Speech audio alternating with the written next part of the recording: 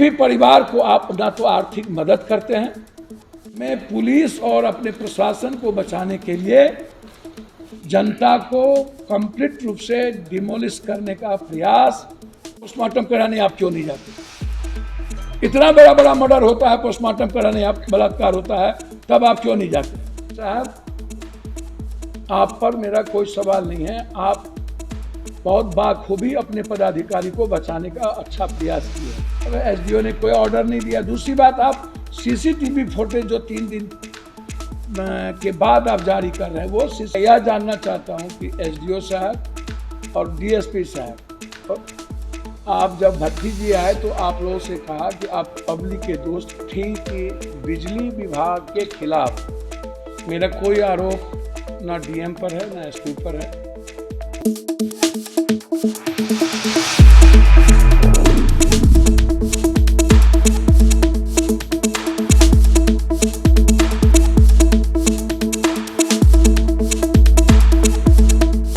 बारसोई गोलीकांड पर पुलिस की थ्योरी पर जाप सुप्रीमो ने उठाया सवाल। कहा, सीसीटीवी फुटेज जारी कर प्रशासन जो दलील दे रहे हैं वह किसी भी तरह से संभव नहीं है। कटिहार बारसोई गोलीकांड पर पुलिस की थ्योरी पर जाप सुप्रीमो पप्पू यादव ने सवाल खड़ा करते हुए कहा कि ऐसा लगता है प्रशासन मनगढ़ंत कहानी बना रही है।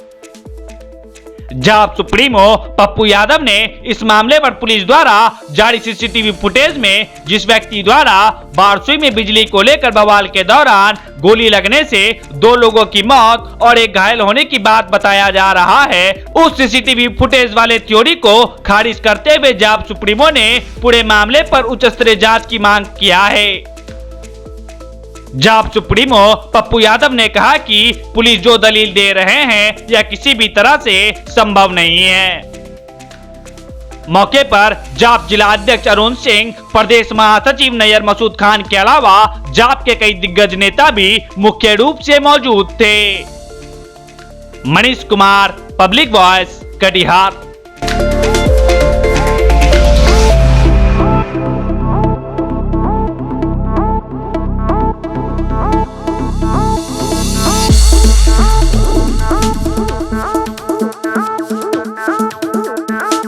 एसडीओ ने कोई ऑर्डर नहीं दिया। दूसरी बात, आप सीसीटीवी फुटेज जो 3 दिन के बाद आप जारी कर रहे हैं, वो सीसीटीवी फुटेज कंप्लीट रूप से आपने एसडीओ का सीसीटीवी फुटेज, जबकि वहाँ पर कोई भी किसी भी तरह का ना तो कोई पब्लिक गई, ना तो तोड़फोड़ हुआ, ना तो कोई घटना घटित हुई, तो आप एसडीओ के कैंपस का सीसीटीवी फुटेज 3 दिन के बाद आप कहाँ से जारी किए? उस तीसरी चीज़, आप कहते हैं कि जो पब्लिक डोमेन्स का सीसीटीवी है वो बनाया हुआ है, वो गलत है, वो फेक है, जबकि आपने 3 दिनों के बाद खुद सीसीटीवी फुटेज फेक बना करके, आप फेक आदमी जिसके जब कोई हाथ में लाठी नहीं है, कुछ भी नहीं है, वह लड़का आता है, वह लड़का अपना दौड़ते हुए भागते हुए आता है, फिर निहत्था वो लड़का भाग करके जान बचाने चला जाता। आप कहते हैं वो लड़का आया, सबसे पहले उस लड़के ने खुर्शीद को मारा, फिर खुर्शीद को जो मारा उसकी गोली लगी नियाज को, जब वो लौटने लगा तब जाकर के गोली लगी सोनू को, जबकि सोनू वहाँ था ही नहीं। सोनू का जो प्लेस है वो कंप्लीट रूप से अपने भाई के टेलीफोन करने पर सोनू वहाँ गया था, क्योंकि उनका भाई डाटा ऑपरेटर है वहाँ। उसका मोबाइल को आप निकाल के देख लीजिए कि कॉल डिटेल निकाल के देखिए कि कितने बजे उसके भाई ने अपने भाई को फ़ोन किया कि मेरी ज़िंदगी खतरे में है, तुम दोनों भाई आओ। उसका दोनों भाई गया है।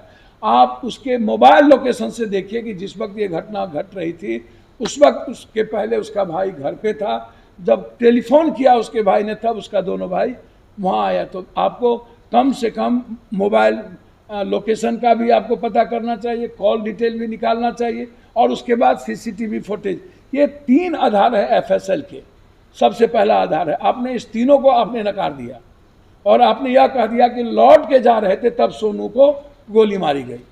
अब आप समझिए, पहले आप कहते हैं कि गोली चली, गोली लगी, कार्रवाई होगी, फिर 3 दिन के बाद आप उस फुटेज को ले आते हैं जहां पर कोई दंगा, कोई हमला, कोई पब्लिक का कोई पत्थर नहीं चले, कोई हंगामा नहीं हुआ, फिर आप उस लड़के के हाथ में जब कुछ नहीं था उस लड़के को आप दिखा रहे हैं।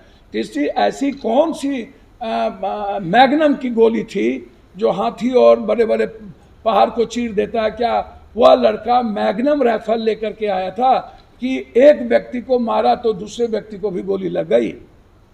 जबकि जिस व्यक्ति को आप कह रहे हैं कि नियाज को गोली लगी, सिल्लीगुड़ी में उस नियाज के भीतर से गोली निकाली गई। तो फिर मेरा सवाल सीधा है